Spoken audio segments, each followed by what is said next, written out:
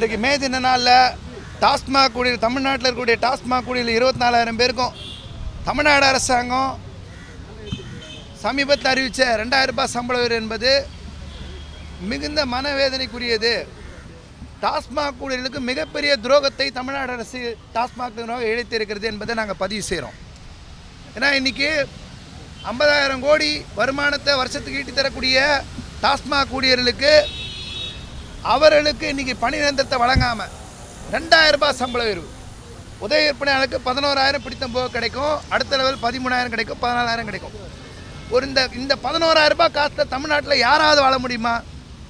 எந்த அமைச்சர் MLA MP யாராவது ஒரு மாதம் வாழ்ந்து பார்த்துருவாங்களா? அவன் குடும்பத்துக்கு முதல்ல 10 எப்படி இதை அறிவிக்கிறாங்க? ஏன் இந்த துறையில் மட்டும் பணி நிரந்தரம் இல்லை? குடிநீர் வழங்கல் துறை இருக்குது, மின்சாரத்துறை இருக்குது, போக்குவரத்து துறை இருக்குது, உள்ளாட்சித்துறை இருக்குது, அத்தனை துறைகள்லையும் பணி நிரந்தரம் இருக்குது. ஏன் இங்கே மட்டும் பணி நிரந்தரம் இல்லை? அப்போது ஒரு வருஷத்துக்கு 34 கோடி ஆகுன்றாங்க 2,000 ரூபாய்க்கு.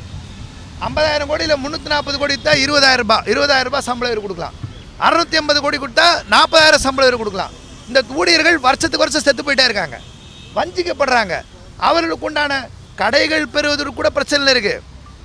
பல்வேறு இன்னலுக்கு துன்பலுக்கு உள்ளாகி மன உளைச்சலோடு இறப்பவங்க தான் அதிகம். துப்பாக்கி சூடு, வெட்டு குத்து, ஆபாச பேச்சு பல்வேறு தளங்களை நாங்கள் மே 1 சூளுரைக்கிறோம்.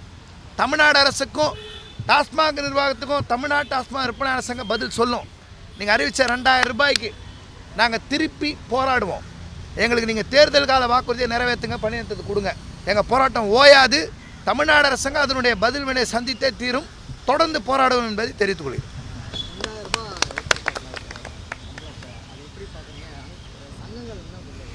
இது மிகப்பெரிய துரோகம், நாங்கள் வரவேற்கலை. இன்றைக்கி ஓய்வு பெற்ற எம்எல்ஏக்கெலாம் வந்து சம்பள உயர்வு ஏற்றிருக்காங்க, அவங்க கேட்காமலே ஏற்றுறாங்க. உயிரோடு இருக்கிறவங்களுக்கு இவங்களுக்கெல்லாம் இல்லை.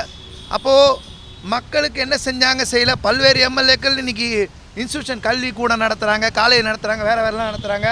நிறைய ஊழல் பண்ணி சம்பாதிக்கிறவங்களாம் இருக்கிறாங்க. உழைச்சி பிழைக்கிற ரத்தத்தை வேர்வை செஞ்சு இன்றைக்கி தமிழ்நாடு கஜானாவை நிரப்பி தரக்கூடிய டாஸ்மாக் கூட இருக்குல்ல, இது ரொம்ப 2,000 ரூபாய் அறிவிச்சிருந்து மிகப்பெரிய துரோகம் நாங்கள் நினைக்கிறோம்.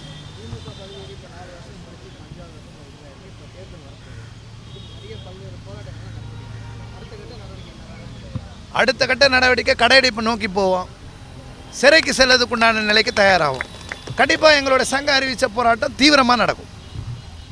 நன்றி.